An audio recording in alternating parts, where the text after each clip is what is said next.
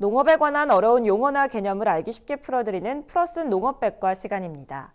농어민을 지원하기 위한 대표적인 사업 중에 농어촌 상생협력기금이 있습니다.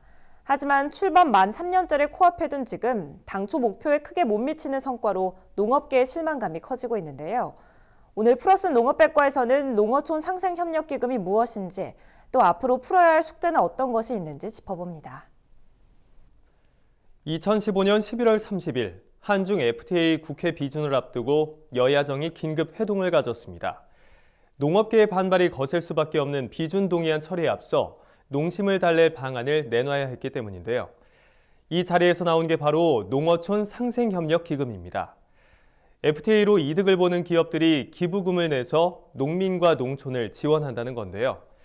기업은 기부금의 용도와 사업을 지정해서 기부금을 출연할 수도 있고 또 지정하지 않고 출연을 할 수도 있습니다. 이렇게 낸 기금은 농어민의 자녀 교육과 장학 사업, 의료 서비스 확충과 문화생활 증진 등 농어촌 주민의 복지 증진에 관한 사업, 또 마을 공동체를 활성화하거나 경관 개선 등 농어촌 지역 개발 및 활성화 사업, 농수산물 생산 유통 판매와 관련한 협력 사업 등을 지원하게 됩니다. 민간 기업과 공기업, 농수협 등이 매년 1,000억 원씩 10년에 걸쳐 총 1조 원을 조성한다는 목표를 잡고 국회에서 입법화 과정을 거친 끝에 지난 2017년부터 모금에 들어갔는데요. 하지만 당초 기대와는 달리 기업들의 참여가 저조했습니다. 자발적으로 참여하는 기부금이라 강제성이 없는 데다 기업들이 FTA로 인한 이익을 구체화하기 어렵다면서 난색을 표한 겁니다.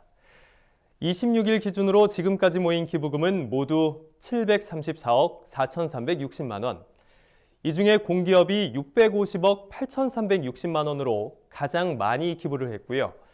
대기업이 67억 2,220만 원을 내놨습니다. 기금 조성이 시작된 지 해수로 3년이 넘었으니까 목표대로라면 지금까지 3천억 원이 넘게 조성됐어야 하지만 실제 달성률은 매해 목표액에 크게 못 미치는 수준이지요.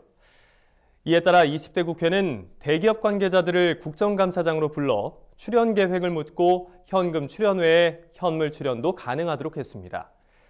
정부가 상생기금 부족분을 충당하기 위해 취한 조치를 반기마다 국회에 보고하도록 하는 등 관련법 개정안도 발의했죠. 하지만 지금까지의 기금 조성 실적이 보여주듯 제도 활성화에 한계가 있다는 것이 전반적인 분위기입니다.